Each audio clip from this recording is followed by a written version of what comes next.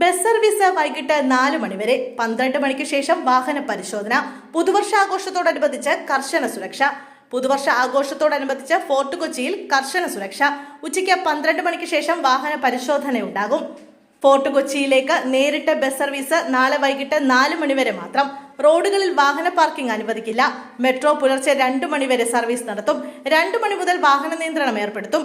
80,000 പേർക്ക് വെളിഗ്രൗണ്ടിൽ നിൽക്കാൻ കഴിയുമെന്ന് പോലീസ് വിലയിരുത്തിയിട്ടുണ്ട്. അതിൽ കൂടുതൽ ആളുകൾ വന്നാൽ ഫോർട്ട് കൊച്ചിയിലേക്ക് പ്രവേശിക്കുന്നതിനായി നിയന്ത്രണം ഏർപ്പെടുത്തും. 12 മണിക്ക് ശേഷം 50 ബസ്സുകൾക്ക് പ്രത്യേക പെർമിറ്റ് നൽകും. മെട്രോ സർവീസ് പുലർച്ചെ 2 മണി വരെ ഉണ്ടാകും. വാട്ടർ മെട്രോ വൈപ്പിൻ ഹൈക്കോടതി സർവീസ് നടത്തും. ബാറുകൾ രാത്രി 11 മണിക്ക് അടയ്ക്കണമെന്നാണ് നിർദ്ദേശം നൽകി. CCTV ക്യാമറകൾ സ്ഥാപിച്ച സുരക്ഷ ഉറപ്പാക്കുമെന്ന് സിറ്റി പോലീസ് കമ്മീഷണർ അറിയിച്ചു. 1000-ലധികം പോലീസ് ഉദ്യോഗസ്ഥരുടെ നേരിട്ടുള്ള നിയന്ത്രണത്തിലാണ് സുരക്ഷാ ക്രമീകരണം ഒരുക്കിയിരിക്കുന്നത്. ഫോർട്ട് കൊച്ചിയിലെ പരിപാടി കഴിഞ്ഞ് മടങ്ങുന്നവർ മദ്യപിക്കുന്നുണ്ടോ എന്ന് പരിശോധിക്കാനായി 12 മണിക്ക് ശേഷം വിവിധയിടങ്ങളിൽ പരിശോധന നടത്തും. പോലീസിന്റെ പ്രത്യേക സ്ക്വാഡുകളാണ് പരിശോധന നടത്തുക. പുതുവർഷാഘോഷങ്ങൾക്ക് ശേഷം തിരിച്ചുപോകുന്നവർക്കായി ഗതാഗത സംവിധാനം ഒരുക്കാൻ ശ്രമിക്കുന്നുണ്ട്.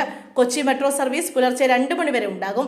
വാട്ടർ മെട്രോ ഫോർട്ട് കൊച്ചിയിലേക്കും ഹൈക്കോടതി ജെട്ടിയിലേക്കും അധിക സർവീസ് നടത്തും. KSRTC സ്വകാര്യ ബസ്സുകളും അധിക സർവീസ് നടത്തുമെന്ന് കമ്മീഷണർ അറിയിച്ചു.